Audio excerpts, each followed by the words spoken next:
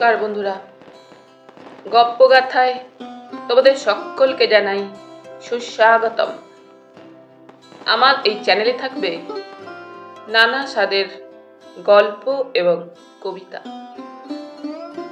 সেই সমস্ত শুনে যদি তোমাদের ভালো লাগে অবশ্যই একটা লাইক করো এবং মতামত পাঠিও, যেটা আমার কাছে অত্যন্ত দামি।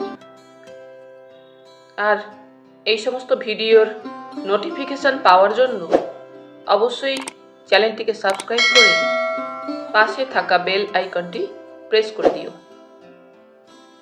তাহলে চলো শুরু করা যাক আজকের গল্প। শুরু করছি ডক্টর নিহাররঞ্জন গুপ্তের লেখা রহস্য গল্প সুভদ্রা হরণ। আজ থাকলো অন্তিম পর্ব।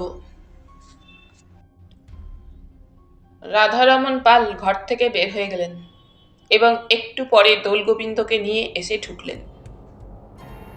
রোগা প্যাকাটির মতো চেহারা, তোবড়ানো গাল, কোটরগত চক্ষু দীর্ঘ অত্যাচারের সাক্ষ্য দেয়। দুই চোখে ভীত সন্ত্রস্ত চাউনি। আপনারই নাম দোলগোবিন্দ? কিরিটির প্রশ্ন। আজ্ঞে, শিকদার। আপনার সে রাত্রে লাস্ট সিনে চাকরের পার্টে প্রক্সি দেওয়ার কথা ছিল না? আজ্ঞে। তবে যাননি কেন? ঘুমিয়ে পড়েছিলাম। ঘুমিয়ে পড়েছিলেন? হ্যাঁ, মানে ভীষণ ঘুম পাচ্ছিল। ঘুমোতে ঘুমোতেই বুঝি কোথাও চলে গিয়েছিলেন? আজ্ঞে। তবে সে রাত্রে অত খুঁজেও আপনাকে পাওয়া গেল না কেন? আজ্ঞে, পুকুরের পাড়ে। পুকুরের পাড়ে? হ্যাঁ, বড্ড গরম, তাই পুকুরের ধারে সিঁড়ির উপর গিয়ে বসেছিলাম একটু, কখন ঘুমিয়ে পড়েছি। তারপর ঘুম ভাঙলো কখন? পরের দিন সকালে। তারপর কি করলেন? তখন শুনলাম হরিদাসদা খুন হয়েছে। সেই শুনে ভয়ে পালিয়ে গিয়েছিলাম। কার কাছে শুনলেন? রাধার কাছে। পালমশাই, রাধা দেবীকে ডাকুন তো। রাধারমন কিরিটির নির্দেশে ঘর থেকে বের হয়ে গেলেন আবার। ঠিক ওই সময় কৃষ্ণভামিনী এক কাপ চা হাতে ঘরে এসে ঢুকল। চা রাখুন ওখানে। কৃষ্ণভামিনী চায়ের কাপটা পাশের একটা টুলের উপর নামিয়ে রাখল। রাধারানী এসে ঘরে ঢুকল রাধারমন পালের সঙ্গে। রাধারানী দেবী আপনার নাম? আজ্ঞে। আপনি দোলগোবিন্দবাবুকে পরের দিন সকালবেলা দিঘির পাড়ে দেখেছিলেন? কে বললে? কেন, উনি বলেছেন। ও মা গো, কোথায় যাবো গো? হ্যাঁ রে, হাড় হাওয়াতে অলপে অনামুখ তোর সঙ্গে আমার দেখা হলো পরের দিন সকালে। কখন রে? রাধা, মানে তুই। দোলগোবিন্দর মুখের কথাটা শেষ হতে পারল না। রাধা চোখ পাকিয়ে চিৎকার করে উঠল। বদমাইশি করবার জায়গা পাওনি হতচ্ছাড়া ডেকরা, খেংড়ে বিষ ঝেড়ে দেবো তোমার। সে কি রাধা, তুমি আমায় বললে না? দেখুন স্যার, ও মিথ্যে বলছে, নচেৎ আমি জানবো কি করে যে হরিদাসদা খুন হয়েছে? রাধারানী প্রায় তক্ষুনি ঝাঁপিয়ে পড়ছিল দোলগোবিন্দর উপরে। কিরিটি বাধা দিল। থামুন থামুন, কি করছেন আপনারা? যান রাধারানী দেবী, আপনি এ ঘর থেকে চলে যান। রাধারানী গদরাতে গদরাতে ঘর ছেড়ে চলে গেল।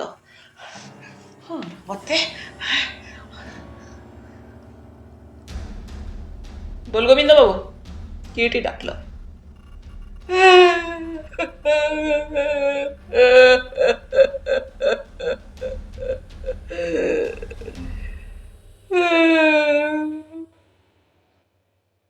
কেঁদে ফেললে দোলগোবিন্দ।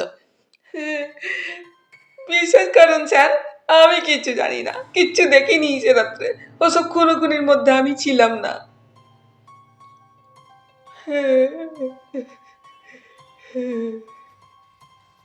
আপনি সে রাত্রে 10:30 থেকে 11:30টার মধ্যে কোথায় ছিলেন দোলগোবিন্দবাবু?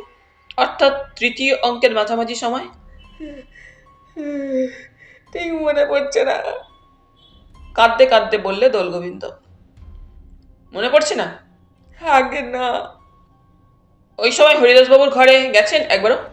না তো। কাউকে সেই ঘরে যেতে দেখেছেন? কাকে দেখব?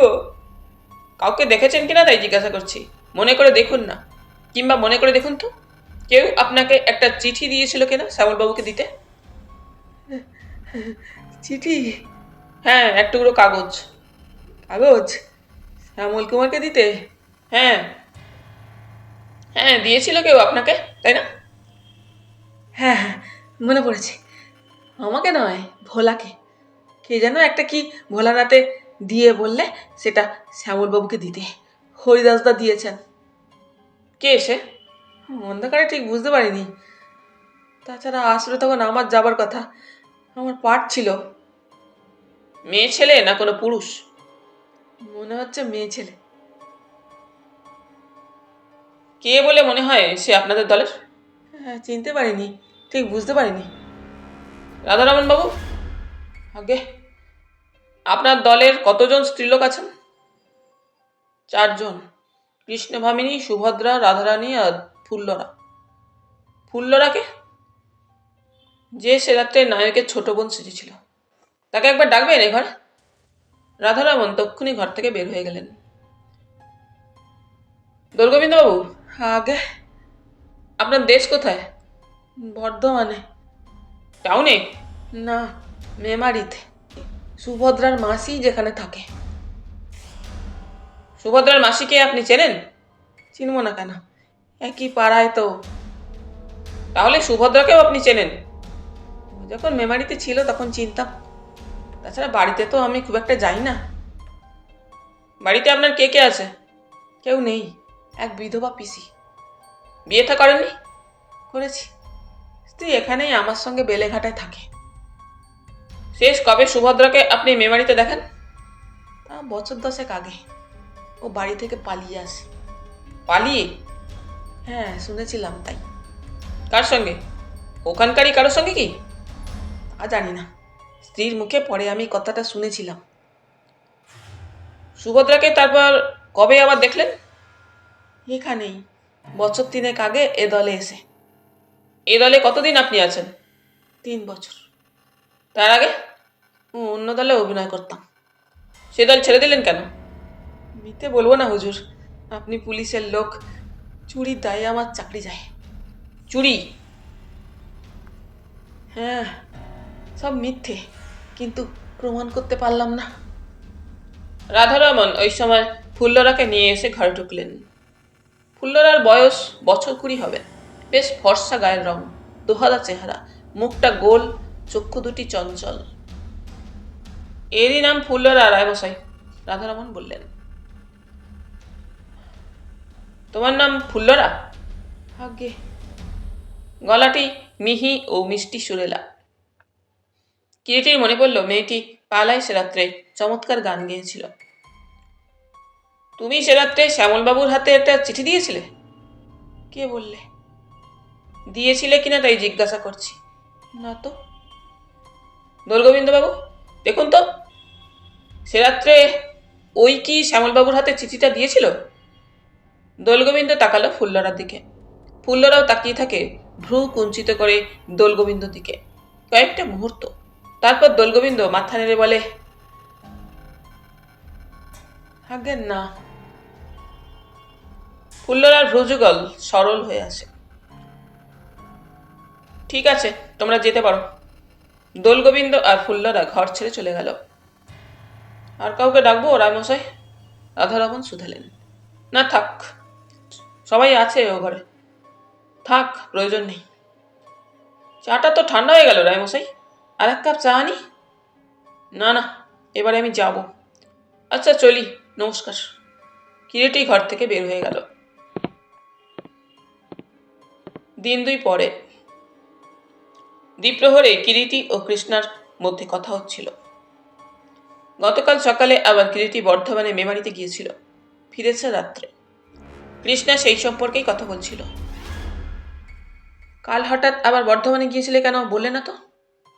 আগের বার সুভদ্রার মাসির খোঁজ পাইনি, তাই আবার গিয়েছিলাম যদি তার দেখা পাই। দেখা হলো? না। কেন, বাড়িতে ছিল না বুঝি? বছরখানেক আগে তার মৃত্যু হয়েছে। সে কি? তবে যে সুভদ্রা তোমাকে বলেছিল। এখন দেখছি তোমার কথাই ঠিক কৃষ্ণা। তোমাকে সেদিনই আমি ইঙ্গিত দিয়েছিলাম না? সুভদ্রাকেই আবার সন্দেহ হয়। সন্দেহ যে আমারও হয় না তা নয়, তবে তবে আবার কি? তার গর্ভের সন্তানই সব যেন কেমন এলোমেলো করে দিচ্ছে। ওই মেয়েটি একটি সাংঘাতিক চরিত্রের, এ তুমি জেনে রেখো। সেটা যে বুঝিনি তা নয় কৃষ্ণা, কিন্তু তার গর্ভের সন্তানে যে আমার সব হিসাব গোলমাল করে দিচ্ছে। ওদের মতো মেয়ের আবার সন্তান ধারণ। তুমি যে দেখছি না বিয়েই কানাইয়ার মা হয়ে বসলে। ঠাট্টা করছো? পাগল! যাও, গলাটা শুকিয়ে গিয়েছে, এক কাপ চা আনো তো। রাত তখন বোধ করি 9টা হবে। সারাটা দিন প্রচন্ড গরম গিয়েছে। যেমন রৌদ্রের তাপ তেমনি গরম হাওয়া গাজনে ঝলসে দিচ্ছিল। কিছুক্ষণ হলো সবে একটু ঠান্ডা হাওয়া বইতে শুরু করেছে। খুঁজে খুঁজে কিরিটি শ্যামবাজার পাল স্ট্রিটে রাধারমন পালের দেওয়া ঠিকানা মতো একটা সরু গলির মুখে এসে দাঁড়ালো। পাল স্ট্রিট থেকেই সরু গলিটা একটা গলির মতো যেন বের হয়ে গিয়েছে। দুপাশে গলিটার দোতলা তিনতলা বাড়ির ভিতরকার অংশ।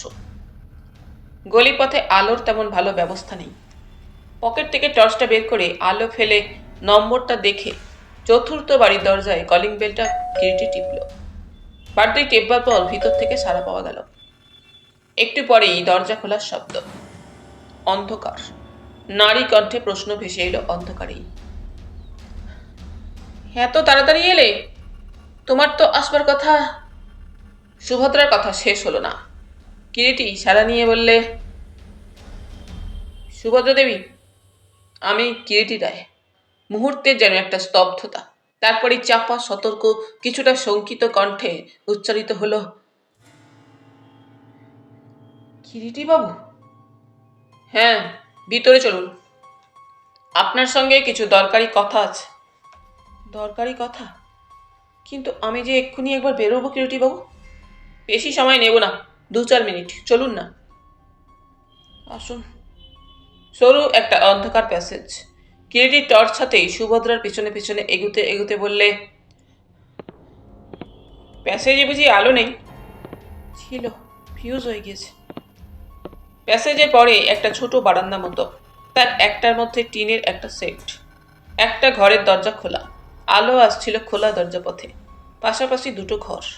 যে ঘরে আলো জ্বলছিল, কিরিটিকে নিয়ে সুভদ্রা সেই ঘরেই এসে ঢুকল। ঘরটা বড় নয়, ছোটই আকারে, কিন্তু ছিমছাম করে সাজানো। এক পাশে একটি খাটে পরিপাটি করে শয্যা বিছানো, পাশাপাশি দুজোড়া মাথার বালিশ, বালিশের ওয়ালে ঝালর বসানো লেসের, মধ্যখানে একটা পাশ বালিশ। মাথার কাছে একটা নিচু টেবিলের ওপরে একটা টেবিল ফ্যান, ফ্যানটা ঘূর্ণায়মান।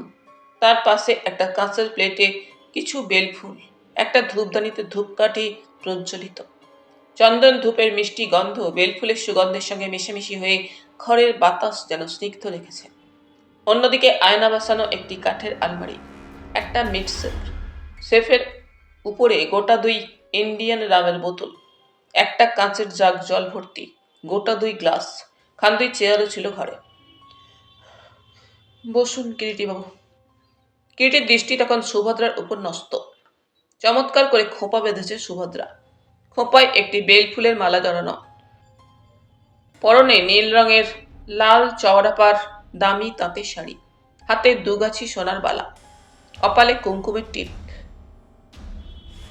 এই বাড়িতেই আপনি হরিদাস সামন্তর সঙ্গে থাকতেন? কিরিটি শুধালো। হ্যাঁ, এবারে ছেড়ে দিতে হবে। ছেড়ে দেবেন কেন? শ্যামলবাবু বুঝি অন্য বাসা ঠিক করেছেন? এখনো পাইনি, খুঁজছে বাসা। তা আপনার মাসির কোনো সংবাদ পেলেন? মাসি? বলেছিলেন না সেদিন মাসি খুব অসুস্থ, তাকে দেখতে যাবেন। যাওয়ার হলো কই, হঠাৎ যে ঝঞ্ঝাটে পড়া গেল। তা ঠিক, তা যাবেন না? দেখি, চিঠি দিয়েছি। সুভদ্রা দেবী, বলুন।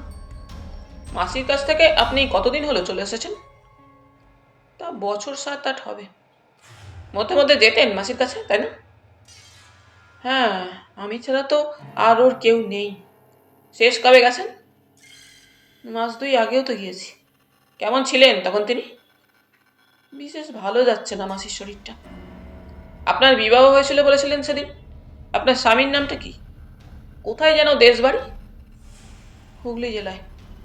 নাম ছিল শ্যামাকান্ত। শ্যামাকান্ত কি? শ্যামাকান্ত ঘোষ। বিয়ে বোধহয় আপনার মাসি দিয়েছিল। হ্যাঁ, তাছাড়া আর কে দেবে? বিয়ে কোথায় হয়েছিল, মেমারিতে? হঠাৎ যেন চমকে তাকালো সুভদ্রা কিরিটির মুখের দিকে। তারপর একটা ঢোক গিলে বলল, হ্যাঁ। বিয়ে হয়েছিল আপনার কি মতে? হিন্দু মতে না রেজিস্ট্রি করে? হিন্দু মতে। আপনি কিন্তু সত্যি বললেন না, কারণ আমি যতদূর দেখেছি আপনি পালিয়ে এসেছিলেন মাসির কাছ থেকে। তারপর হয়তো বিয়ে করেছিলেন কাউকে। কে বললে আপনাকে আমি পালিয়ে এসেছিলাম?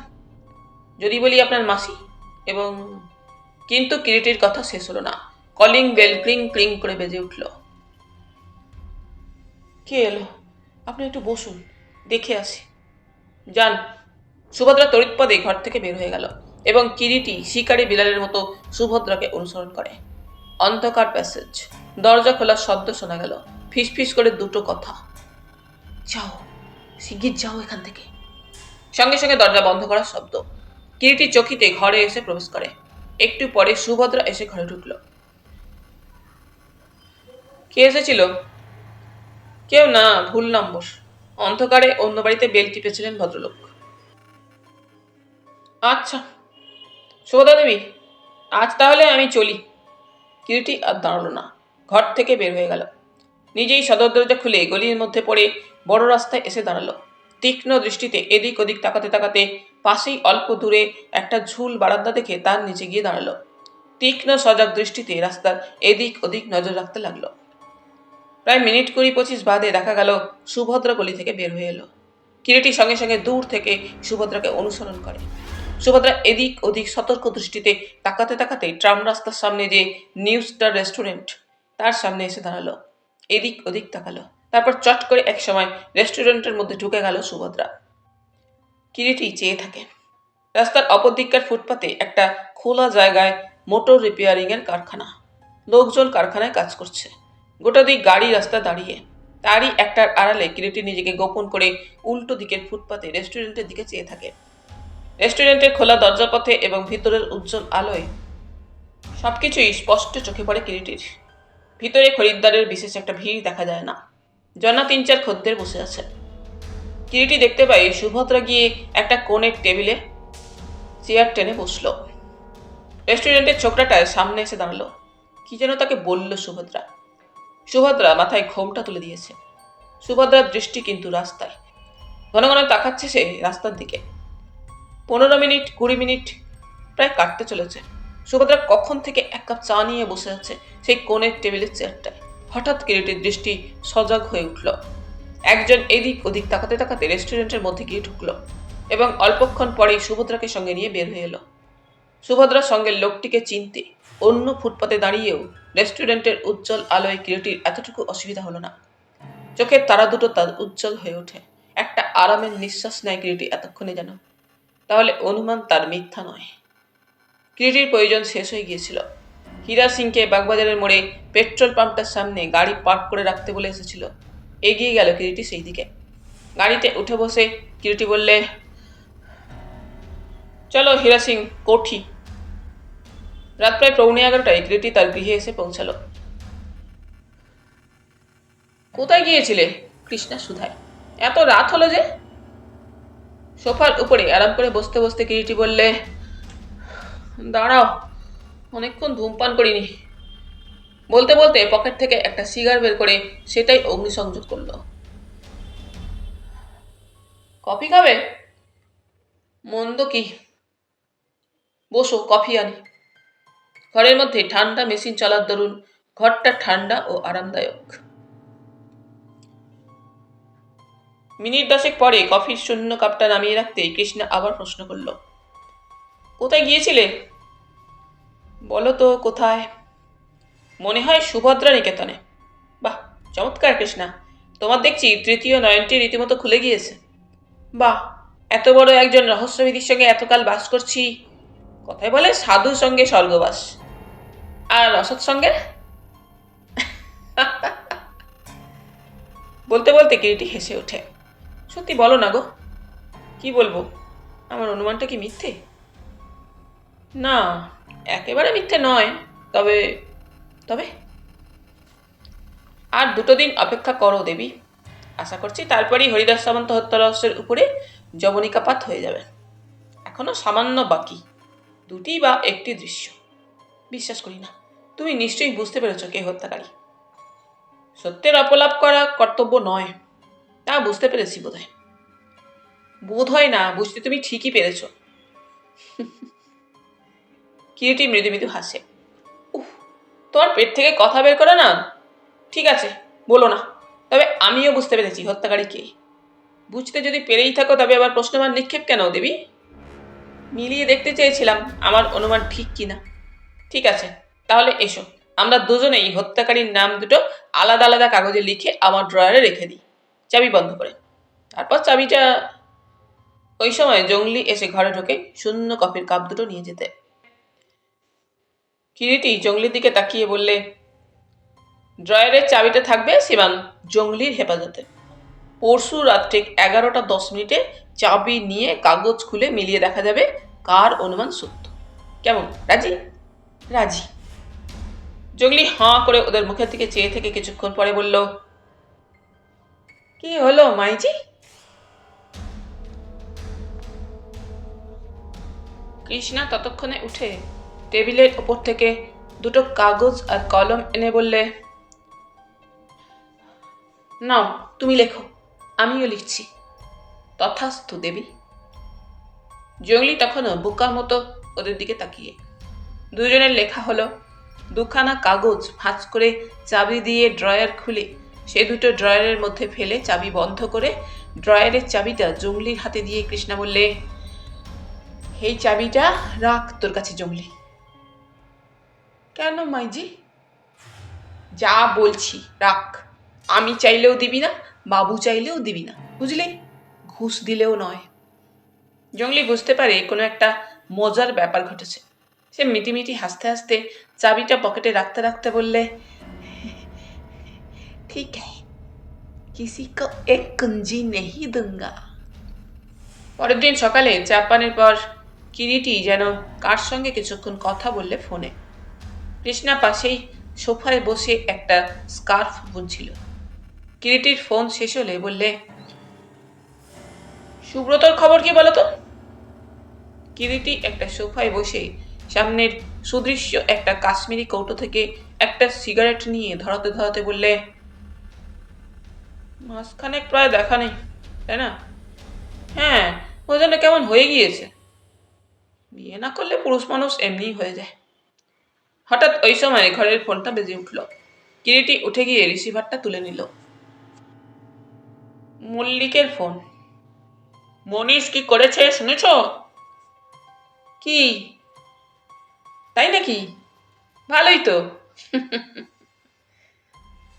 কিছুক্ষণ পরে ফোন রেখে ফিরে এসে আবার বসলো কৃষ্ণার মুখোমুখি। হ্যাঁ, কি যেন বলছিলে? বিয়ে না করলে কি হয়ে যায় কৃষ্ণা? কিরিটির কথা শেষ হলো না। ওই সময় দরজা ঠেলে সুব্রত ঘরে ঢুকলো, মুখে স্মিত হাসি। আরে তুই, তোর পায়ের শব্দ পাইনি তো? কিরিটি বললে। তাহলে দেখছি মনীষ চক্রবর্তী ঠিকই বলেছে। সুব্রত হাসতে হাসতে মুখোমুখি বসে বললে, মনীষ চক্রবর্তী? হ্যাঁ, চন্দননগর থানার ওসি। তুই চিনিস নাকি ওকে? আমরা যখন বাঁকুড়া কলেজে পড়তাম তখনও বাঁকুড়া স্কুলে পড়তো। দুর্ধর্ষ ফুটবল প্লেয়ার ছিল। গোলকিপার বুঝি? কিরিটি স্মিত হাসে বলল, ঠিক বলেছিস, কিন্তু বুঝলি কি করে? বলতে বলতে হেসে ওঠে সুব্রত। আসলি যে? সুব্রত বললে, সেই দৃশ্যটা মনে পড়লো তোর কথায়। কোন দৃশ্য? কলেজের মাঠে খেলা হচ্ছিল, ও ছিল গোলকিপার। বরাবরই ওর চেহারাটা ছিল কুমড়ো পটাশের মতো। সেই চেহারা আর 7টা গোল খেয়েছিল, তাইতেই মনে আছে ওকে। তারপর বহুকাল পরে চন্দননগরে একটা সাহিত্য সভায় ওর সঙ্গে পরিচয় হলো। এখন আবার একজন কবি, ফুটবল থেকে কবিতা, অসাধারণ উত্তরণ। এই যে আরো দুর্ধর্ষ ব্যাপার। তাই, তবে মাঝখানটা বাদ দিলি কেন? দারোগা, গত 16 বছর, ভদ্রলোকের এক কথা এক কাজ, ওই দারোগাগিরিতেই আটকে আছে, এক ধাপও অগ্রসর হয়নি। ভদ্রলোক দেখলাম তোর উপরে ভীষণ খাপ্পা। কেন, আমি আবার কি করলাম? কি একটা যাত্রা দলের লোকের খুনের ব্যাপারে নাকি তুই তার উপরওয়ালা সাহায্যে নাক গলিয়ে ব্যাপারটাকে প্রায় ভুন্ডুল করে দিতে বসেছিস। কেন, সে তো এইমাত্র শুনলাম। কি শুনলি? ফোনে মল্লিক বললে রাধারমন পালকে নাকি সে অ্যারেস্ট করেছে, তার মতে সেই নাকি খুনি। কিন্তু ব্যাপারটা কি শুনতে ইচ্ছে হচ্ছে। সুব্রতর কণ্ঠে আগ্রহের সুর। আমি ততক্ষণে স্নানটা সেরে আসি, তুই কৃষ্ণার কাছে সব শোন। কিরিটি উঠে গেল ঘর থেকে। আধ ঘন্টা পরে স্নান সেরে একেবারে বেরোবার পোশাকে সজ্জিত হয়ে কিরিটি ঘরে এলো। কিরে, শুনলি? শুনলাম, আর এও বুঝলাম মনীশ চক্রবর্তী আর একটা গোল খেয়ে বসে আছে। বুঝলি কি করে? কৃষ্ণার সঙ্গে মত বিনিময় হলো বুঝি? বলতে বলতে আর চোখে কিরিটি স্ত্রীর দিকে তাকালো। না, তোর গৃহিণী তো কবুল করলো না কিছুতেই। সুব্রত হাসতে হাসতে বলে, তাহলে তুই একটু বস, আমি একটু ঘুরে আসি। কত দূর যাবি? সুব্রত শুধায়। বেশি দূর না, কাছাকাছি। ওই সময় ঘরের টেলিফোনটা আবার বেজে উঠল। কিরিটি এগিয়ে গিয়ে রিসিভারটা তুলে নেয়। হ্যালো, কিরিটি রায়। আমি মনীশ চক্রবর্তী কথা বলছি। কি খবর বলুন? হ্যাঁ, কেমিক্যাল অ্যানালিসিসের রিপোর্ট পাওয়া গিয়েছে। বোতলে কিছু পাওয়া যায়নি, গ্লাসে এবং স্টমাক কন্টেন্টে বিষ পাওয়া গিয়েছে। কি বিষ? Atropine sulphate. ঠিক আছে, হ্যাঁ ভালো কথা। সন্ধ্যার দিকে একবার ফোন করবেন। কিরিটি ফোনের রিসিভারটা নামিয়ে রেখে দিল। সুব্রত শুধালো, কি অ্যাট্রোপিন সালফেট বিষ পাওয়া গিয়েছে? হ্যাঁ, অ্যাট্রোপিনের লিথাল ডোজটা বোধ হয় 1 থেকে 2 গ্রেন। কৃষ্ণা, ওই আলমারি থেকে ডক্টর ঘোষের ফার্মাকোপিওটা বের করো তো। ওই যে লাল মলাটের বইটা, একেবারে ডান দিকে শেষে, দ্বিতীয় তাকে। কৃষ্ণা আলমারি থেকে বইটা বের করে এনে কিরিটির হাতে দিল। কিছুক্ষণ ধরে পাতা উল্টে উল্টে এক জায়গায় এসে তার দৃষ্টি নিবদ্ধ হলো, পড়তে থাকলো। একটু পরে বইটা বন্ধ করে কৃষ্ণার হাতে দিতে দিতে বললে, আশ্চর্য, লোকটা ওই বিশেষ বিষটা যে এত দ্রুত এত অল্প ডোজে কার্যকরী তা জানলো কি করে? কিরিটি পুনরায় বসে সোফার উপর একটা সিগারেট ধরায়। কৃষ্ণা, তোমাকে বলেছিলাম না 2 দিন পরে মীমাংসা হবে? হ্যাঁ, তার আর দরকার হবে না বোধহয়। মিসিং লিঙ্কটা পেয়ে গিয়েছি। সত্যি? বস সুব্রত, তুই যাস নে, ঘন্টা 2-1 মধ্যেই ঘুরে আসছি। বলতে বলতে কিরিটি উঠে দাঁড়ালো। চললাম। কিরিটি ঘর থেকে বের হয়ে গেল। কলিং বেলের শব্দে দরজা খুলে দিয়ে সুভদ্রা যেন একটু অবাকই হয়। কিরিটি বাবু, আপনি? হ্যাঁ, একটা কথা গত সন্ধ্যায় জিজ্ঞাসা করা হয়নি। চলুন না ভিতরে। আসুন। অনাসক্ত গলায় সুভদ্রা কিরিটিকে যেন আহ্বান জানালে।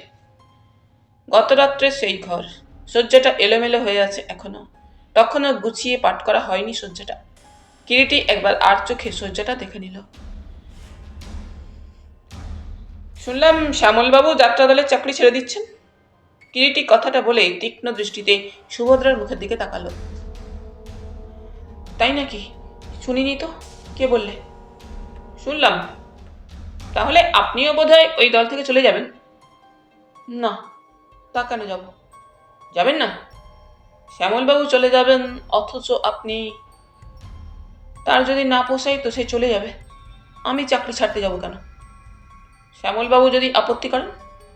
করবে না, আর করলেই বা। তা আপনাদের বিয়েটা কবে হচ্ছে? বিয়ে? হ্যাঁ, শ্যামলবাবুর আর আপনার। হন্তদন্ত হয়ে ওই সময় রাধারমন পাল এসে ঘরে ঢুকল। সুভদ্রা, শুনেছ? রাধারমন পাল কিরিটিকে লক্ষ্য করেনি প্রথমটায়, কিন্তু কথাটা বলতে গিয়ে হঠাৎ নজরে পড়ে গেল কিরিটিকে। একটু থেমে থতমত খেয়ে বললে, কিরিটিবাবু, আপনি? কি হয়েছে পালমশাই? কিরিটি শান্ত গলায় প্রশ্ন করল। সুজিতকে গত রাত্রে সে যখন বাড়ি ফিরছে তার গলির মধ্যে কারা যেন পিছন থেকে ছোড়া মেরেছে। সে কি? একটা ভয়ার্ত স্বর যেন বের হয়ে এলো সুভদ্রার কণ্ঠ থেকে। রাতে কখন? কিরিটি আবার শান্ত গলায় প্রশ্ন করল। মানে রাত কটা হবে? ও তো বলছে রাত প্রায় 12টা, 12:30 হবে। সুজিতবাবু এখন কোথায়? বাঙ্গুর হাসপাতালে। কেবল একটু আগে হাসপাতাল থেকে আমাকে অফিসে ফোন করেছিল। কে? সুজিত। আঘাতটা খুব বেশি হয়েছে? কিরিটি পুনরায় শান্ত গলায় প্রশ্ন করেন। না, খুব বাঁচা বেঁচে গিয়েছে। বাঁ দিককার ঠিক কাঁধের নিচে নাকি হাতের উপর দিয়ে গিয়েছে। এখন তিনি কোথায়? তার বাসা কালীঘাটে। আমি তো সেখান থেকেই আসছি। প্রাণের কোনো আশঙ্কা নেই তো পালমশাই? সুভদ্রা এতক্ষণে প্রশ্ন করেন। না, খুব বেঁচে গিয়েছে এ যাত্রা। নেহাত বোধহয় পরমাণু ছিল। কিন্তু আমি ভাবছি সুভদ্রা, কে এভাবে আমাদের সর্বনাশ করছে? সেদিন সামন্ত মশাই গেলেন, কাল আবার সুজিতের প্রাণ নেওয়ার চেষ্টা। পালমশাই, হঠাৎ কিরিটির ডাকে রাধারমন পাল ওর দিকে ফিরে তাকালো। বলতে পারেন হরিদাস সামন্তর কি চোখের অসুখ ছিল? না তো, কেন? না।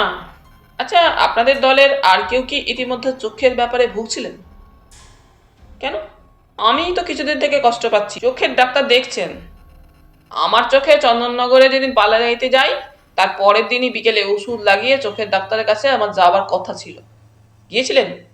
না, দেখছেন তো কি ঝঞ্ঝাটের মধ্যে কটা দিন যাচ্ছে। তা ঠিক। তা ডাক্তারটিকে? ডক্টর চ্যাটার্জি, ধর্মতলার আই স্পেশালিস্ট। যে ওষুধটা লাগাবার কথা ছিল সে ওষুধটা তৈরি করানো হয়েছিল? হ্যাঁ, এখনো আমার অফিস ঘরেই বোধহয় রয়েছে। ফিরে গিয়ে অফিস ঘরে ওষুধটা আছে কিনা আমাকে একবার জানাবেন, বাড়িতে আমায় ফোন করে, আর ঘন্টা 3 বাদে। বেশ, ভুলবেন না যেন। আচ্ছা, আসি, নমস্কার। কিরিটি আর দাঁড়াল না, ঘর থেকে বের হয়ে গেল। কিরিটি গৃহে ফিরে এলো। সুব্রত তখন কৃষ্ণের সঙ্গে গল্প করছিল। সোফায় বসতে বসতে কিরিটি বললে, মিলে গেছে, 2 এ 2 4। হত্যাকারী তাহলে? হ্যাঁ। সুব্রতর প্রশ্নের উত্তরে কিরিটি বললে, নিজের হাতেই নিজের মৃত্যুবান তুলে দিয়েছে আমার হাতে। সুব্রত ও কৃষ্ণা দুজনেই কিরিটির মুখের দিকে তাকালো, কিন্তু কোনো প্রশ্ন করল না। কারণ ওরা তো জানেই, নিজে থেকে মুখ না খুললে ও মুখ খোলানো যাবে না। বিকেলের দিকে 3টে নাগাদ রাধারমন পালের ফোন এলো কিরিটির কাছে। সংক্ষিপ্ত 2-4টে কথা হলো। তারপর কিরিটি ফোনের রিসিভারটা নামিয়ে রেখে দিল। সুব্রত কিরিটির বাড়িতে ছিল, যায়নি। কৃষ্ণা যেতে তাকে দেয়নি। কৃষ্ণা, আর 1 প্রস্ত চা হলে মন্দ হতো না, সুব্রত বললে। সুব্রতর কথায় কৃষ্ণা উঠে গেল ঘর থেকে। সুব্রত বললে, চা খেয়ে এবারে যাব। বস না, ব্যস্ত কি? কিরিটি তাকে থাকবার অনুরোধটা জানালো বটে, কিন্তু সুব্রতর মনে হয় কিরিটি যেন একটু অন্যমনস্ক, কেমন যেন ভিতরে ভিতরে একটা অস্থিরতা। সুব্রত জানে কোনো রহস্যের শেষ পর্যায়ে এসে পৌঁছালে কিরিটি অমনি ভিতরে ভিতরে কেমন যেন অস্থির হয়ে ওঠে। কথা কম বলে এবং সংক্ষিপ্ত। বোঝা যায় ও যেন কথা বলতে চায় না। কিরিটির দিকে তাকালো সুব্রত। কিরিটি সোফার উপর হেলান দিয়ে বসে, মুখে জ্বলন্ত সিগার। ধূমপান করছে কি করবে বুঝবার উপায় নেই। গ্রীষ্মের শেষ প্রহরের ম্লান আলো বাইরে, জানলার পর্দার ফাঁক দিয়ে চোখে পড়ে। ওর বসবার ভঙ্গিতে নিস্তব্ধতার মধ্যে যেন একটা প্রতীক্ষার ইঙ্গিত। কিরিটি কি কারোর জন্য অপেক্ষা করছে, কিংবা কোনো সংবাদের জন্য কান পেতে আছে যেন। কৃষ্ণা জঙ্গলির হাতে ট্রেতে চা নিয়ে এসে ঘরে ঢুকলো, আর ঠিক সেই মুহূর্তেই আবার ঘরের কোণের টেলিফোনটা বেজে উঠল। কিরিটি যেন একটু দ্রুত চঞ্চল পদবিক্ষেপেই এগিয়ে ফোনের রিসিভারটা তুলে নিল। হ্যাঁ, কিরিটি রায়। কে? সুশান্তবাবু? বলুন। তারপর? কৃষ্ণনগরে গিয়েছিলেন? হ্যাঁ হ্যাঁ, মারা গেছে অনেকদিন আগে। হুম। ছবি আঁকার অভ্যাস ছিল? ঠিক আছে ঠিক আছে, ধন্যবাদ। কিরিটির কণ্ঠস্বরের চোখে মুখে যেন একটা চাপা উত্তেজনা স্পষ্ট হয়ে ধরা পড়ে। রিসিভারটা নামিয়েই আবার তুলে নিয়ে ডায়াল করে কিরিটি। হ্যাঁ হ্যাঁ, কিরিটি রায়। হ্যাঁ হ্যাঁ, আমি কিরিটি রায়। হ্যাঁ, সব ব্যবস্থা করে রাখবেন। ঠিক রাত 11টায় যেমন বলেছি মিট করবেন। হ্যাঁ, যেখানে বলেছি সেখানেই। আবার ফোন নামিয়ে ডায়াল করলো কিরিটি কাকে যেন। আমি কিরিটি রায় কথা বলছি। যে দুটি ছেলেকে নজর রাখতে বলেছিলেন তারা যেন এক মুহূর্তের জন্য নজর না সরিয়ে নেয়। হ্যাঁ, ইনস্ট্রাকশন দিন। সঙ্গে সঙ্গে আমাকে বাড়িতে ফোন করবে, আমাকেও সংবাদটা দেবে। কিরিটি ফোনে রিসিভারটা নামিয়ে রেখে পুনরায় এসে সোফায় গা ঢেলে দিল। কিরিটির চোখে মুখে দুপুর থেকে যে দুশ্চিন্তাটা প্রকট হয়ে উঠেছিল সেটা যেন আর অবশিষ্ট নেই। মনে হচ্ছে শেষ দাবার চালটি যেন দিলি, সুব্রত বললেন। সূত্রগুলো সবই হাতের মধ্যে এসে গিয়েছে। একটা জায়গায় শুধু একটা ছোট্ট গিট, সেটা খুলতে পারলেই। কিরিটির কথা শেষ হলো না, আবার ফোন বেজে উঠল। কিরিটি এগিয়ে গিয়ে রিসিভারটা হাতে তুলে নিল। হ্যালো, কিরিটি রায়। কে? পালমশাই? তবে কি আপনি সঙ্গে করে নিয়ে গিয়েছিলেন চন্দননগরে? নেননি? আপনার অফিস ঘরে ছিল? আমিও সেই রকমই অনুমান করেছিলাম। খুঁজে পাবেন না তাও জানতাম। কাল সকালে আসবেন। কিরিটি রিসিভারটা নামিয়ে রেখে দিল। তারপর কৃষ্ণার দিকে ফিরে বললে, কৃষ্ণা, আমি পাশের ল্যাবরেটরি ঘরে যাচ্ছি। যে কোনো সময় একটা ফোন আসতে পারে, এলে আমাকে ডেকো। সুব্রত, যাস না, হয়তো বেরোতে হতে পারে রাত্রে। কিরিটি আর কোনো কথা বললে না, ঘর থেকে বের হয়ে গেল। ফোন এলো রাত 10টার কিছু পরে। কিরিটিকে ডাকতে হলো না, সে সজাগ ছিল। তাড়াতাড়ি ঘরে এসে রিসিভারটা তুলে নিল। অন্য পক্ষ কি কথা বললে বোঝা গেল না ফোনের অপর প্রান্ত থেকে। কেবল কিরিটির একটিমাত্র জবাব শোনা গেল। ঠিক আছে, মল্লিক সাহেবকে ফোন করে দিন। রিসিভারটা নামিয়ে রেখে কিরিটি ঘুরে দাঁড়িয়ে প্রশ্ন করল, খাবার হয়েছে কৃষ্ণা? হ্যাঁ, দেব। হ্যাঁ, আমাদের খাবার দিতে বলো।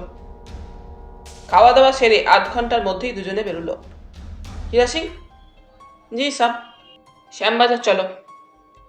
শ্যামবাজারে সুভদ্রার গৃহে পৌঁছতে 8 ঘন্টার বেশি লাগে না।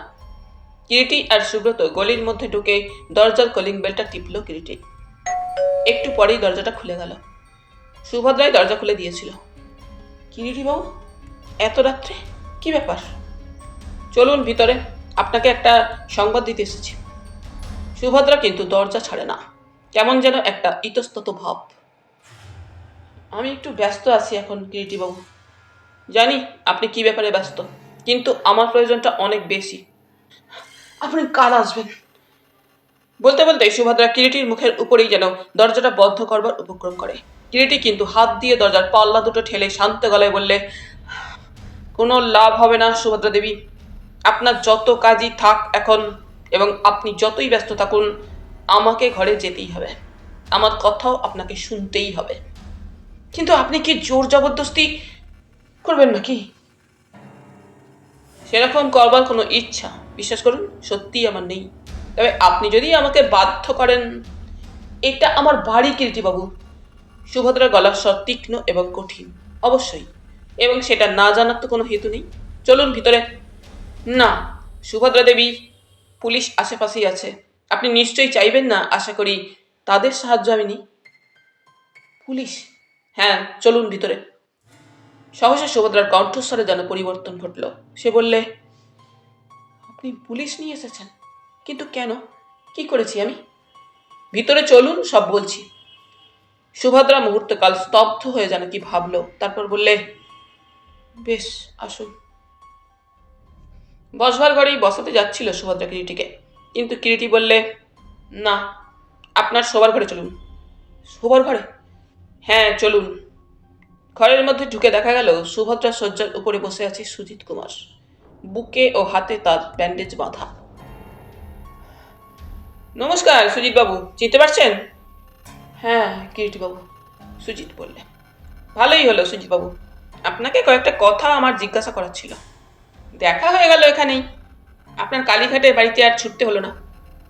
হ্যাঁ, আজ দুপুরে গিয়ে সুভদ্রা এখানে আমায় নিয়ে এসেছে। ভালোই করেছেন উনি, ওখানে তো সেবা করার মতো কেউ আপনার ছিল না। কিরিটি বললে। বসুন না কিরিটি বাবু, দাঁড়িয়ে কেন? আপনি তো বসতে বলছেন, সুভদ্রা দেবী তো ঢুকতেই দিচ্ছিলেন না বাড়িতে। সে কি, কেন সুভদ্রা? সুজিত প্রশ্নটা করেই সুভদ্রার মুখের দিকে তাকালো। আপনার এ সময়ে এখানে উপস্থিতিটা হয়তো বাইরের লোক কেউ জানুক, সুভদ্রা দেবীর ইচ্ছা ছিল না। তাই নাকি সুভদ্রা দেবী? কথাটা বলে আর চোখে তাকালো কিরিটি সুভদ্রার দিকে। সুভদ্রা চুপ, কোনো কথা বলে না। কিরিটি আবার বললে, যাক, এক পক্ষে ভালোই হলো, দুজনের সঙ্গে একই জায়গায় দেখা হয়ে গেল। তারপর কেমন আছেন? হাসপাতাল থেকে ছেড়ে দিল? হ্যাঁ, বললে ডাক্তাররা আঘাতটা অল্পের উপর দিয়ে গিয়েছে। ভাগ্যে নেহাত অপঘাত মৃত্যু ছিল না বলেই। হাসতে হাসতে বললে সুজিত। হ্যাঁ, ভাগ্য নিশ্চয়ই বলতে হবে। তা কে পেছন থেকে আপনাকে আঘাত করলো জানতেই পারলেন না?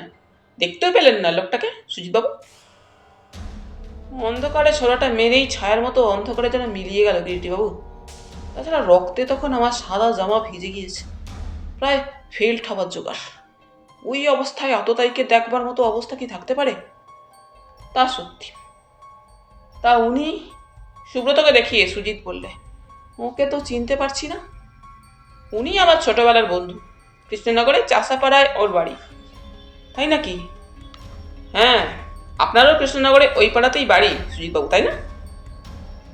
ভালো কথা। রঞ্জিত বিশ্বাসকে আপনি জানেন? রঞ্জিত বিশ্বাস কে বলেন তো? চিনতে পারছেন না? অথচ তিনি বলছিলেন একসঙ্গে 1 বছর আপনারা আর্ট স্কুলে পড়েছিলেন। কিরিটি বললে। ও হ্যাঁ হ্যাঁ, মনে পড়েছে। তা তাকে আপনি চেনেন নাকি?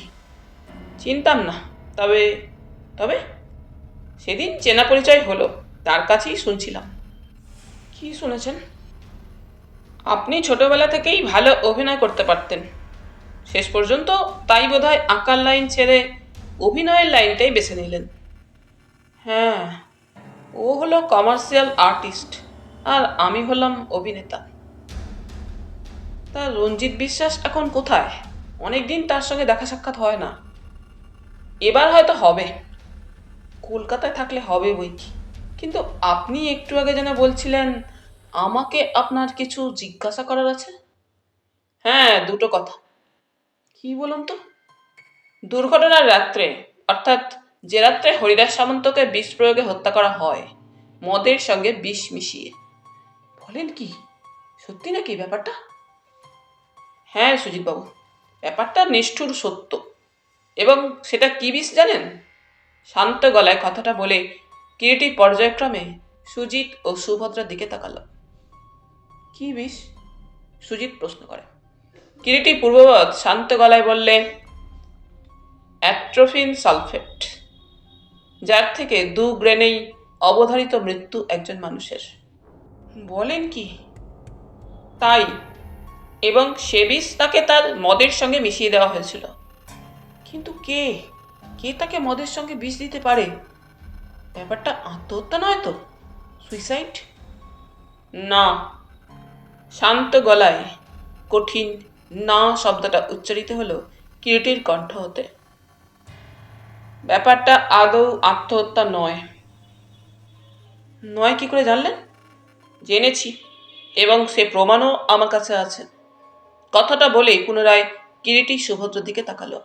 সুভদ্রা যেন পাথর, সেই যেন কেমন অসহায় বৌবা দৃষ্টিতে ফ্যাল ফ্যাল করে তাকিয়ে থাকে কিরিটির দিকে। সুভদ্রা দেবী, আপনি সম্ভবত জানেন ব্যাপারটা। আপনি বলুন না, হরিদাস বাবুকে মদের সঙ্গে বিষ কে দিতে পারে, বা কার পক্ষে সম্ভব ছিল সে রাত্রে? আমি আমি কি করে জানবো? কিন্তু আমার মনে হয় সুভদ্রা দেবী, ব্যাপারটা আপনি জানলেও জানতে পারেন। আমি? হ্যাঁ, বলুন সুভদ্রা দেবী, কে সে রাত্রে সামন্ত মশাইয়ের মদের সঙ্গে বিষ দিতে পারে? কিরিটির গলার স্বর তীক্ষ্ণ। সুভদ্রা, সত্যি তুমি জানো? প্রশ্ন করল এবারে সুজিত। না না, বলুন সুভদ্রা দেবী বলুন। কাল রাত 10:30-11টার মধ্যে, অর্থাৎ তৃতীয় অঙ্কের মাঝামাঝি কোনো এক সময়ে সে রাত্রে আপনি হরিদাসবাবুর ঘরে দ্বিতীয়বার গিয়েছিলেন। প্রমাণ? হ্যাঁ, এই ভাঙা। বলতে বলতে পকেট থেকে সে রাত্রে সাজঘরে কুড়িয়ে পাওয়া কাচের আয়না বসানো চুরির টুকরোটা বের করে বললে, চুরির টুকরোটাই সে প্রমাণ দেবে। দেখুন তো চিনতে পারছেন কিনা? এই ভাঙা টুকরোটা যে চুরির, সেটা সে রাত্রে অভিনয়ের সময় আপনার হাতে ছিল। এখন বলুন সুভদ্রা দেবী, দ্বিতীয়বার কেন আপনি আবার সে ঘরে গিয়েছিলেন? আমি যাইনি, বিশ্বাস করুন। গিয়েছিলেন। শান্ত কঠিন গলা কিরিটির। বিষ মেশানো মদের বোতলটা সরিয়ে আনতে, তাই না? আমি কিছু জানি না। জানেন, বলুন সে বোতলটা কোথায়? আমি জানি না, কিচ্ছু জানি না। বলতে বলতে সুভদ্রা সুজিতের দিকে তাকালো। স্বামীর দিকে তাকাচ্ছেন কি? আমার দিকে তাকিয়ে বলুন, কিরিটি আবার বললে। কি বলছেন? উনি আমার স্বামী হতে যাবেন কেন? সুভদ্রা বলে ওঠে। নন বুঝি? কিরিটির কণ্ঠে যেন একটা চাপা ব্যঙ্গের সুর। কি সুজিত বাবু, উনি আপনার স্ত্রী নন? অবশ্যই এখনো জানি না বিবাহটা 10 বছর আগে আপনার কোন মতে হয়েছিল। হিন্দু মতে পুরুত ডেকে, না রেজিস্ট্রি করে, না শৈব মতে, না কেবল কালীঘাটে গিয়ে সিঁদুর ছুঁইয়ে। কোনো মতেই আমাদের বিবাহ হয়নি। কি সব পাগলের মতো যাতা বলছেন? সুজিত বলে ওঠে। আমি পাগল, তাই না? এবারে বলুন সুভদ্রা দেবী, আপনার গলার হীরের লকেটটা কোথায় গেল? কিরিটি বললে। লকেট? কিসের লকেট? আপনার গলায় যে সরু হারটা আছে, তার সঙ্গে একটা লকেট ছিল। লকেটটা কোথায়? সেই লকেটটা যে হরিদাসবাবুর হাতে গিয়ে পড়েছিল, সেটা জানতে পেরেই বোধহয় মরিয়া হয়ে উঠেছিলেন। যেহেতু বুঝেছিলেন আসল সত্যটা তার কাছে ফাঁস হয়ে গেছে, তাই না? এতদিনের অভিনয়টা আপনাদের ধরা পড়ে গেছে, তাই ভেবে মরিয়া হয়ে। না সুভদ্রা দেবী, কোমরে হাত দেওয়ার চেষ্টা করবেন না। আমি জানি কোমরে দোক্তার কৌটোর মধ্যে দোক্তার সঙ্গে কি মেশানো আছে। সুভদ্রা হাতটা কোমর থেকে সরিয়ে নিতে বাধ্য হলো। সুব্রত, সুভদ্রা দেবীর কোমরে দোক্তার কৌটোটা গোজা আছে, ওটা নিয়ে নে। সুব্রত এগিয়ে গিয়ে সুভদ্রার কোমরে গোজা দোক্তার ছোট্ট কৌটোটা ছিনিয়ে নিল। আমি জানি সুভদ্রা দেবী, অবশ্যই অনুমানে নির্ভর করে। সুজিতবাবু আজ যদি আপনার গর্ভের সন্তানকে স্বীকৃতি না দিতেন, তাহলে আপনি শেষ পথটাই নিতেন।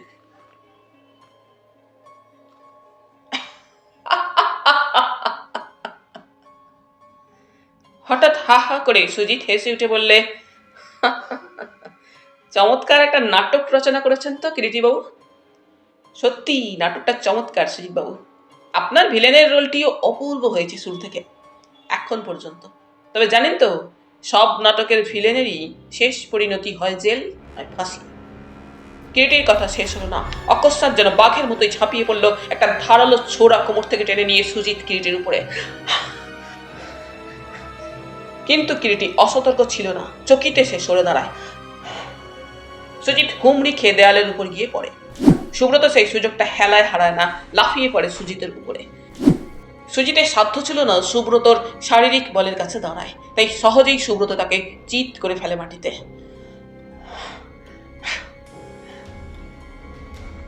কিরিটি তার পকেটে যে বাঁশিটা ছিল তাকে সজোরে ফু দিল। মল্লিক সাহেব তার দলবল নিয়ে প্রস্তুত ছিলেন কিরিটির পূর্ব নির্দেশ মতো বাড়ির সামনে। সকলে ছুটে এলো ঘরে। পরের দিন সকালে দুই প্রস্থ চা হয়ে গিয়েছিল। তৃতীয় প্রস্থের সঙ্গে কিরিটি, সুব্রত, মল্লিক সাহেব, মনীষ চক্রবর্তী ও কৃষ্ণা। কিরিটির বসবার ঘরে হরিদাস সামন্তর মৃত্যুর ব্যাপারে আলোচনা চলছিল। আলোচনা ঠিক নয়, একজন বক্তা, সে কিরিটি, এবং অন্য সকলের শ্রোতা। কিরিটি বলছিল, ব্যাপারটা সত্যি একটা রীতিমতো নাটক, এবং নাটকের শুরু নবকেতন যাত্রা পার্টিতে সুভদ্রার আগমনের সঙ্গে সঙ্গে এবং শেষ সুজিতের হাতে হাতকড়া পড়ার সঙ্গে। সুভদ্রা তার মাসির আশ্রয় থেকে পালিয়ে যখন যায় তখনই সুজিতের সঙ্গে তার সামান্য পরিচয়। সুজিত সুভদ্রাকে ঠিকমতো আইনানুগভাবে কোনোদিনই বিবাহ করেছে বলে আমার মনে হয় না, কিন্তু সুভদ্রার বোধহয় তা সত্ত্বেও সুজিতের উপর একটা দুর্বলতা ছিল, আর সে দুর্বলতাটুকুর পুরোপুরি সুযোগ নিয়েছিল শয়তান সুজিত। সুজিতের চরিত্রে নানা দোষ ছিল, তার মধ্যে রেসের মাঠ ও জুয়া। অভিনয় সে ভালোই করত, কিন্তু এই মারাত্মক নেশার দাস হওয়ায় তার সে প্রতিভা নষ্ট হয়ে যায়। সঙ্গে সঙ্গে চেহারাটাও খারাপ হয়ে যায় চারিত্রিক উচ্ছৃঙ্খলতার জন্য। সে ক্রমশ পারফেক্ট ভিলেনে রূপান্তরিত হয়। এদিকে সুভদ্রাও তাকে ছাড়বে না। সুজিতের পক্ষেও তার ভার বয়ে চলা সম্ভব নয়। তখন সুজিতই এক উপায় বের করলো। সুভদ্রার অভিনয়ের নেশা ছিল, সে তাকে নিয়ে গিয়ে হাজির করল পালমশাইয়ের কাছে। বেশ চলছিল এবং চলতেও হয়তো দুজনের, কিন্তু মাঝখানে প্রৌঢ় হরিদাস সামন্ত পড়ে সব গোলমাল করে দিল। হরিদাস সামন্তর লোভ পড়ল সুভদ্রার যৌবনের প্রতি। সে আকৃষ্ট হলো এবং শয়তান সুজিত তখন দেখল ব্যাপারটায় তার লাভ বই ক্ষতি নেই। সে আর এক কৌশলে সুভদ্রাকে হরিদাস সামন্তর হাতে তুলে দিয়ে হরিদাসকে শোষণ শুরু করলো। হরিদাস টাকা জোগাতে লাগলো। সুভদ্রার বোধহয় ব্যাপারটা আগাগোড়াই পছন্দ হয়নি। সে অনন্য পায় হয়ে শয়তান সুজিতের শাসানিতে হরিদাসের রক্ষিতা হয়ে রইল। কয়েক বছর বেশ ওইভাবেই হয়তো চলছিল। তারপর ব্যাপারটা হরিদাসের কাছে ফাঁস হয়ে গেল, কিন্তু কেমন করে ফাঁস হলো সেটাও অবশ্যই আমার অনুমান। হরিদাস সামন্ত হঠাৎ কোনো এক সময় সুভদ্রার গলার হাড়ের লকেটটা বোধহয় পায়। সেই লকেটের মধ্যে ছিল সুভদ্রা ও সুজিতের যুগল ফটো। হরিদাস ব্যাপার বুঝতে পেরে, আমার অনুমান অবশ্য, সুভদ্রাকে তিরস্কার করে এবং টাকা দেওয়া বন্ধ করে, কারণ সে নিশ্চয়ই বুঝতে পেরেছিল সুভদ্রার হাত দিয়েই সুজিত তাকে শোষণ করে চলেছে। সুজিত ব্যাপারটা জানতে পারল এবং সে তখন হরিদাসকে নিশ্চয়ই শাসায়। প্রাণ ভয়ে ভীত হরিদাস তখন আমার কাছে ছুটে আসে, কিন্তু সব কথা স্পষ্ট করে বলতে সাহস পায় না। তবে সব কথা না বললেও স্পষ্ট করে আভাসে যেটুকু বলে তাতে আমার বুঝতে কষ্ট হয় না। তার বিপদ যাত্রা দলের মধ্যেই। সন্দেহটা আমার আরো ঘনীভূত হয় সুভদ্রা হরণ নাটকের বিষয়বস্তু শুনে। তবে একটা কথা এখানে অস্বীকার করব না, শ্যামলকেই প্রথমে নাটকের বিষয়বস্তু শোনার পর সন্দেহ করি, তাই আমি নাটকটা দেখতে যাই। সুব্রত প্রশ্ন করে, কিন্তু সুজিতকে তুই সন্দেহ করলি কখন? সুজিতকে ঠিক প্রথমটাই সন্দেহ করিনি, কিরিটি বলতে থাকে। এইমাত্র তো বললাম আমার প্রথম সন্দেহ পড়ে শ্যামল ও সুভদ্রার উপরে। তাদের উপরেই আমি নজর রেখেছিলাম, কিন্তু বিষ ও চুরির টুকরো আমার মনের চিন্তাধারাকে অন্য খাতে প্রবাহিত করে। হরিদাস সামন্তকে মদের সঙ্গে বিষ দেওয়া হয়েছিল। শ্যামল মদ্যপান করে না, কিন্তু সুজিত মদ্যপানে অভ্যস্ত ছিল। তাতেই মনে হয় আর যেই বিষ দিক না কেন মদের সঙ্গে মিশিয়ে শ্যামল নয়। শ্যামল যদি বিষ না মিশিয়ে থাকে মদে, তবে আর কে মেশাতে পারে? আর কে ওই ব্যাপারে, অর্থাৎ হরিদাসকে পৃথিবী থেকে সরানোর ব্যাপারে ইন্টারেস্টেড থাকতে পারে? প্রথমেই তারপর মনে হয়েছিল সুভদ্রার কথা, কিন্তু যে মুহূর্তে বুঝতে পারলাম সুভদ্রা অন্তঃসত্ত্বা, তখনই বুঝলাম সুভদ্রা তাকে বিষ দেয়নি। তার গর্ভের সন্তানের জন্মদাতাকে সে বিষ দেবে না। কিরিটি একটু থেমে আবার বলতে লাগলো, হরিদাস সুজিতকে টাকা দেওয়া বন্ধ করায় হয়তো সুজিত তাকে চাপ দিচ্ছিল, অথচ নিজের জালে জড়িয়ে সুভদ্রারও আর টাকা দেবার জন্য হরিদাসকে অনুরোধ করবার উপায় ছিল না। এমন সময় হয়তো একটা কথা তার মনে হয়েছিল, হরিদাসকে যদি বোঝাতে পারে গর্ভের সন্তান হরিদাসেরই, তখন হয়তো হরিদাস আবার সুজিতকে টাকা দিতে পারে, সুভদ্রার প্রতি সন্দেহটা যেতে পারে। তাই আমার মনে হয়েছিল সুভদ্রা হরিদাসকে বিষ দেয়নি। কাজেই সুভদ্রা যদি বিষ না দিয়ে থাকে, তবে আর কে হতে পারে? শ্যামলও নয়। তাছাড়া শ্যামল তো সুভদ্রার মন পেয়েই ছিল, সে কেন তবে হরিদাসকে হত্যা করতে যাবে? তাহলে আর কে? হঠাৎ তখন মনে পড়ল সুজিতের কথা। সুজিতই সুভদ্রাকে যাত্রা দলে এনেছিল। Then why not Sujit? ওই পথেই তখন চিন্তা শুরু করলাম। মনে আরো সন্দেহ জাগলো সুজিত সম্পর্কে, কারণ সেই বলেছিল সে রাত্রে জবানবন্দিতে সে নাকি সুভদ্রা ও শ্যামলকে হরিদাসের সাজঘরে সে রাত্রে ঢুকতে দেখেছিল। মনে হলো তবে কি ওদের উপরে সন্দেহ জাগানোর জন্যই সুজিত ওদের নাম করেছিল? মনের মধ্যে কথাটা দানা বাঁধতে শুরু করলো। তারপর ওই চিরকুটটা, যেটা রাধারানী ভোলাকে দিয়েছিল শ্যামলকে দিতে। নাটকের পাণ্ডুলিপির পৃষ্ঠায় হরিদাসের হাতের নোটিশ ছিল। সে লেখার সঙ্গে চিরকুটের লেখা যখন মিলল না, তখন বুঝতে বাকি রইল না চিরকুটটা জাল এবং শ্যামলকে ফাঁসানোর সেটা আরেকটা ষড়যন্ত্র। কার লেখা তবে চিরকুটটা? কে লিখতে পারে? শ্যামল নয়, তবে আর কে? আমার মনে হলো, হোয়াই নট সুজিত? সুজিতের উপরে সন্দেহটা আরো বেশি ঘনীভূত হওয়ায় তার সম্পর্কে অনুসন্ধান শুরু করলাম।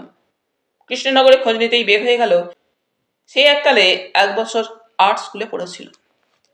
বুঝলাম তখন সেই ওই চিঠি লিখেছে হরিদাসের হাতের লেখা নকল করে।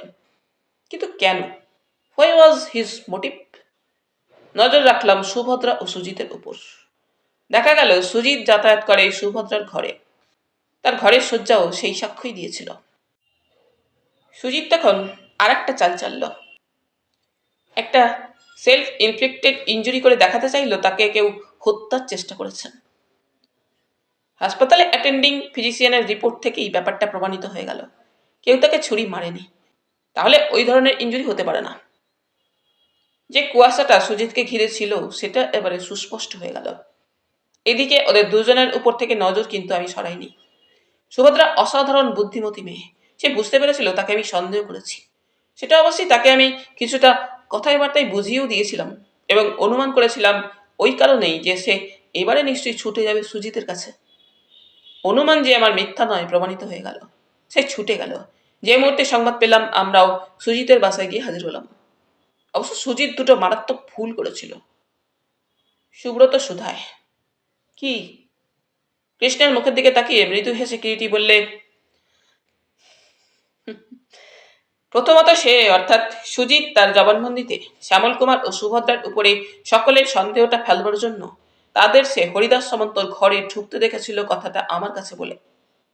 ব্যাপারটা আরো একটু স্পষ্ট করে বলি। আমি লক্ষ্য করেছিলাম তৃতীয় অঙ্কের প্রথম দিকে অর্থাৎ শুরুতে হরিদাস সামন্তর কিছুক্ষণ অ্যাপিয়ারেন্স ছিল, বোধহয় মিনিট 20। তারপর সে চলে আসে এবং সে সময় সুজিতের নাটকে কোনো অ্যাপিয়ারেন্স ছিল না। হিসাব মতো সেটা রাত 10:15 থেকে 10:30 এবং আমার অনুমান সেটা 20 মিনিট সময়ের মধ্যেই কোনো এক সময় সুজিত সবার অলক্ষ্যে হরিদাসের সাজঘরে ঢুকে, যেহেতু এভরিথিং ওয়াজ প্রি অ্যারেঞ্জড, পূর্ব পরিকল্পিত, সে প্রস্তুতি ছিল। হরিদাসের মদের বোতলে বিষ মিশিয়ে দিয়ে আসে। সুব্রত সুধায়। সে বিষটা তাহলে? কিরিটি বললে, ওই সাজঘরের মধ্যেই ছিল। রাধা রমনের চোখের অসুখের জন্য ডাক্তার যে আই ড্রপ দিয়েছিল তার মধ্যেই অ্যাট্রোপিন সালফেট মারাত্মক বিষ ছিল। বিষের শিশি সবটাই সুজিত হয়তো মদের বোতলে ঢেলে শিশির মধ্যে তার বোতল থেকে মদ ঢেলে রাখে, যেটা পরে কেমিক্যাল অ্যানালিসিসে এও প্রমাণিত হয়েছে। আর সেই কারণেই সুজিতের বোতলে কোনো অ্যাট্রোপিন বিষ পাওয়া যায়নি অ্যানালিসিসে। কিন্তু কথা হচ্ছে ভুলটা কি এবং কোথায়?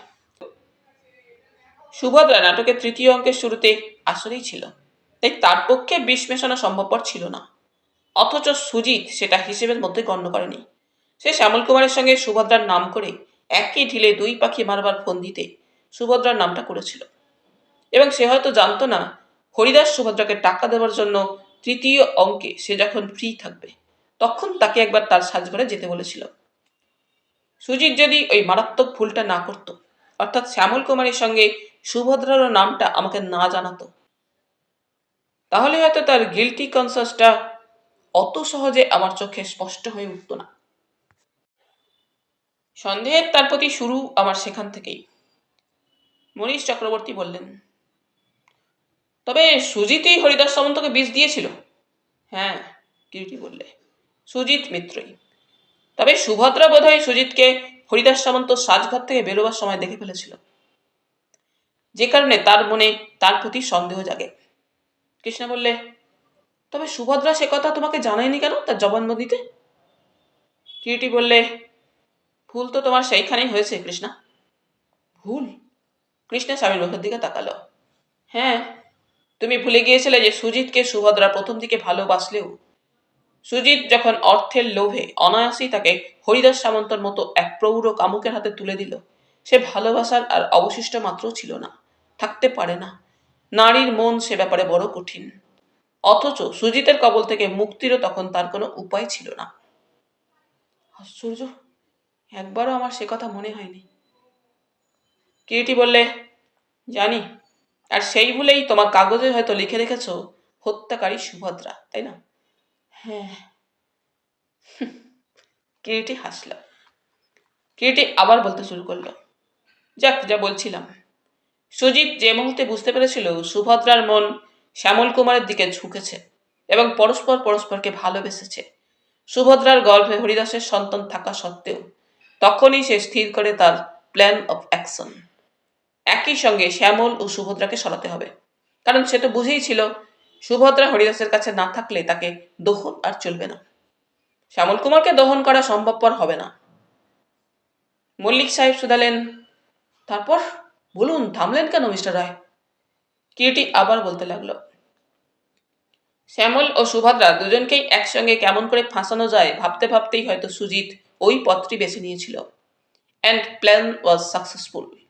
কেউ ধরতে পারতো না তাকে অত সহজে, যদি না সে আগ বাড়িয়ে ওদের দুজনের নাম করে বসতো আমার কাছে। আচ্ছা, একটা কথা, কৃষ্ণা বলে, সুভদ্রা কি কোনোদিনই সুজিতকে ভালোবাসেনি? বাসেনি তা তো বলিনি, তবে রমণীর মন তো, আর তার বদলের কারণও তো আগে কিছুটা বলেছি, এবং শেষে শ্যামল কুমারের আবির্ভাব রঙ্গমঞ্চে, যার প্রতি মন যে কোনো নারীর সহজেই আকৃষ্ট হওয়া সম্ভব ছিল। আচ্ছা, তোমার কি ধারণা? কৃষ্ণা আবার প্রশ্ন করে, শ্যামল জানতে পেরেছিল সুভদ্রা মা হতে চলেছে?